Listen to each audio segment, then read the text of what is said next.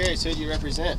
I'm a follower of Jesus Christ. Yeah? And so is it a certain organization or just kind of as an individual?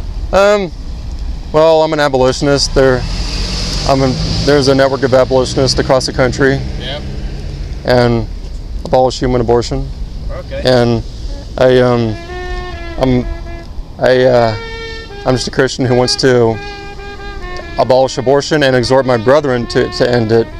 And I mean, I'll be very honest here. I know that what we've done today is not normal, and I know that's why they kicked me off the property, because they're not used to that.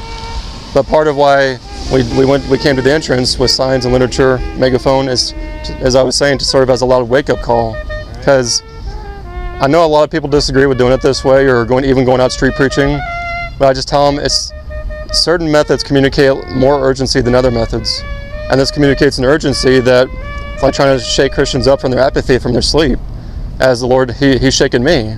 And I mean, I know people think, we're weird, we're nutcases, but that's because they're living at peace with this evil. And so we're trying to stir our brethren up to love and good works. What's your specific message that you're trying to get across, like kind of in a nutshell? That we're living in a Holocaust. Thousands of children are being murdered every day. Right. And most Christians are silent, they're doing nothing about it. And especially here in Wichita, as I was talking about earlier, we allowed the most infamous serial killer in America and the world, probably, George Tiller, to butcher helpless human beings for about 35 years. Right. We did nothing about it for the most part. And then if that wasn't bad enough, 4 years later, his abortion mill reopened in 2013. And so the city of Wichita has not repented.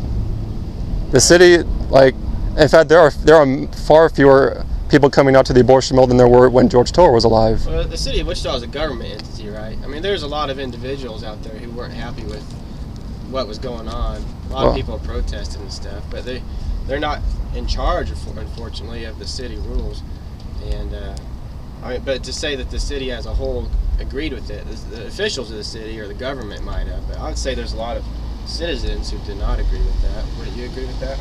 Well, don't you think? I mean, there's people that stood on the sidewalk and protested. Yeah, I saw them. I met them back in 2009. Right. Not all of them, but So, I mean, not everyone agrees with what's going on. I know that, but the problem is even most of those who didn't agree with him didn't really do anything. They didn't lift a finger down. What did you do? I went out there. I went out there several times. There's some other people went out there a lot too. Oh, I know. I met them, but with all the Christian churches, so many in Wichita. I mean, a lot of people from church went there. Oh, I know. I met them, but. Right, did you meet me? Were you ever out there? Yes, sir. You're okay. What's your name? My name's Joe. Joe. I go to Life Church here. Life, Joe. Yeah, there's quite a few people from Life Church that were out there. Really? Yeah. Oh, you mean back then, or? Then, well, Life Church didn't have a location here then. Okay. But this church is pretty new in Wichita area. Yeah, from November. Right. There's one out east as well, and it's been here for a few years. But obviously the main campuses are down in different states, and they've been around for many years. Okay. Yeah, I can tell you right now, I'm a member of this church, and I don't agree with abortion, and I can tell you that the people that I know, I don't know everyone that goes here. Yeah. But people I've come in contact with are not okay with it either. We strongly disagree with abortion. Are they putting that disagreement into action, like now? Well, I don't know what every person does in their free time. Yeah. But I know that many have. Okay. Well, because I mean, that's great if they used to, but the problem is a lot of times it's like the rescue movement. I meet people who used to be out there, but they don't do anything nowadays. Right. I agree with you putting the message out there. I'm all about that. I feel like, I just wonder, this is me thinking out loud, I wonder if you're preaching to the choir a little bit coming here. No. Well, I mean... Makes you think that Life Church, or the people that go here, think abortion is okay? I'm curious. Oh, no, I'm not saying that, I believe that most people, the vast majority of people here are pro-life or anti-abortion. Right. I mean, that's why we come here. We come to what we hope is a good man's house. A pro-life Christian church. Well, there's no men that are good. Well, exactly, but you don't go to a bad man's house to ask for help. You go to, in a sense, a good man's house, someone who's not wicked and vile, and they agree with you that abortion is murder. Have you tried speaking to the people, the pastors of the church, besides in this way? Have you tried speaking to them in any other method, or no, sir. Conversation with them? I haven't, and there's a reason why I don't do that usually. I mean, wouldn't that be kind of your first approach? Well, to put it in a nutshell, the reason I don't do that is because I've talked to many people who've done that for years. They've talked to even hundreds of pastors, churches, and I'm not saying to be true here. I don't know, but time and time again, I get the same thing. Like I ask them, how do they respond? Like, well, they don't do anything. So like, rather than doing that, I just go to churches myself to reach the congregation, because I found that a lot of pastors just don't care, and there'll be a roadblock so that you cannot reach anyone in the congregation. Because like, rather than calling a pastor and getting the runaround where he just doesn't care, you can come here or to go to a church and talk to people who might want to take action. Right. And you wouldn't reach them if you tried to reach the pastor who doesn't want to do anything, doesn't care. Right. So that's. Have you spoken to our pastor though? No, sir. He's a pretty caring guy. I think he cares about it. That's just my opinion. I would encourage you to speak to him if you have something that you'd like to tell him. But I think he'd be willing to sit down with you. Well, like, when I'm not looking for them. I can't speak for him, but I think that he would. Well, what's his name? The pastor here. It's Lucas Chavez. Oh, that's right. Yeah, because I looked up the website and name just flew out of my head, but yeah, he's a really great guy, in my opinion. I mean, you may have a different opinion, but anytime I've come and talked to him, he's been very fair-minded. Okay. And I believe that he's really passionate about the message of Jesus Christ. That's good. And I don't want to speak too much for him, because I let him. He's capable of doing that. But I would encourage you to speak to him yourself if you had something that you want to talk to him about. I mean, I can say I don't want to do a runaround where I call him and I email him and I get nowhere. And I get that. I don't want to waste time doing that. I'll be right back, Nicholas. I'm going back. If he wants to meet with me, then I'm open to that. I don't think he knows who you are. If you wanted to meet with him, I think he would be open to that. Okay.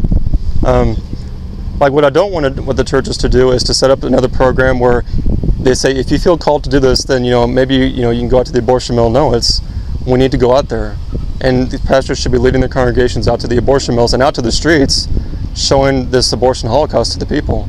Mm-hmm. And right now, like, I don't see any street preachers out there holding signs or preaching on a megaphone to reach people, thousands and thousands of people. How effective has this method been for you? Just curious. Pretty effective, I think.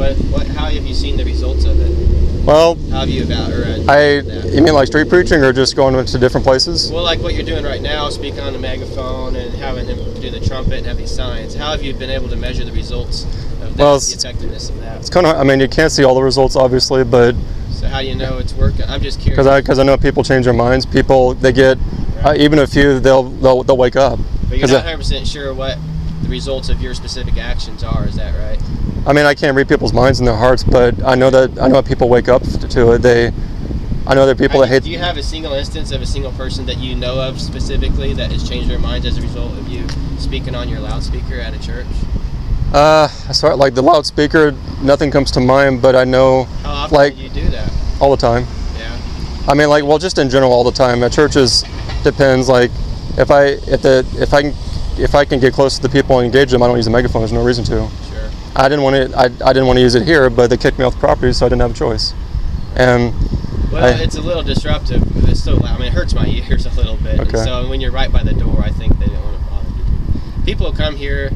I understand what you're doing. But I think people come here with the idea of having the Life Church experience, which is why they chose to go to Life Church, or why they go to Pathway or whatever. They go there because they want to see or hear what Pathway has to say. They don't come there because they want to hear what you have to say. Not that they don't want to hear what you have to say, but maybe that's not why they came here. Well, they don't know who you are. Well, they can find out by talking to me. But it's disruptive to them to hear something they don't want to hear. Well, they need to hear it, I think. I'm not disagreeing with you on that. I'm just. I mean, I understand that, and I just tell them you need to hear it because most Christians are doing nothing about this, or very little, at best. What church do you attend? I go to one up in Wisconsin. I'm visiting here for family. Okay. And are you from here originally then? Mm-hmm. In Kansas. I'm a lifelong Kansan. Okay, cool. Are you from Wichita or from other? From Salina. Yeah. But I have family here in the area. So what do you do for a living then besides this? Well, I just finished my last day on the job. Right. Where I was before I came here. You guys anything? Sweet tea, water? I'm actually okay. Yeah. Do you want anything to drink? Do you have any regular tea? Like unsweet? Yeah. Yeah. Got some regular tea?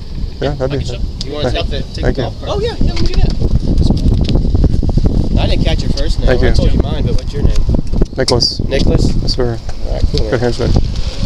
So what church in Wisconsin do you go to then? To Mercy Seat. Okay. Pastor Machuola. Yeah, it sounds familiar. I can't picture it, but Well, I think he's I've heard that name before. probably the most active pastor and working to abolish abortion in the country. Yep. He was among the leaders in the rescue movement, Okay. and that's why I'm going there, because I don't With abortion specifically. that, and he's also been very vocal against homosexuality. Okay. Yeah. And because I decided a few years ago I didn't want to go to a church where they weren't doing anything about this, or where they weren't open to taking action about it. Have you heard any sermons by the pastor here? I mean, No, sir, not yet. so I don't know if you're familiar with Life Church very well, but so The name I am a little they have bit. multiple campuses. Each campus has its campus pastor. So we have a pastor here, Lucas Chavez, and he runs the campus itself, and he speaks on occasion as well. But we have a main pastor, Craig Rochelle, down in Oklahoma, where the church originated from. They branched out with multiple campuses. You may be familiar with that already, but I've actually followed that a little bit in Oklahoma. Right. There were abolitionists that reached his church in Oklahoma, and their response wasn't good. But typically, Craig Rochelle he does like a live feed. We watch the sermon on screen. Usually it's him preaching, but he has guest speakers sometimes too. But I mean, there's been multiple times that I could think of that he's been outspoken during sermons about not being okay with abortion and saying things specifically how killing babies is just flat out wrong. Obviously, the Bible doesn't approve of killing babies or killing anybody, really. Was that Craig Rochelle that you're talking about? Yeah. Well, That's not his main drive. It's just a quick drive-by. okay. Nicholas, was it? Thank you. There you go, sir. Yes, sir. Thank you. It's all yours again. Yeah, no problem.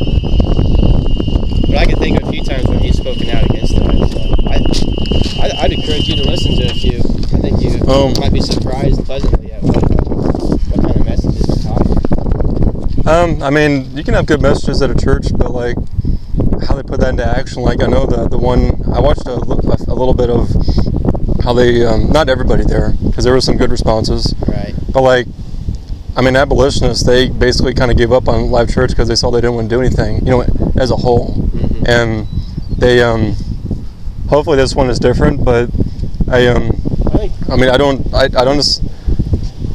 don't understand why they would.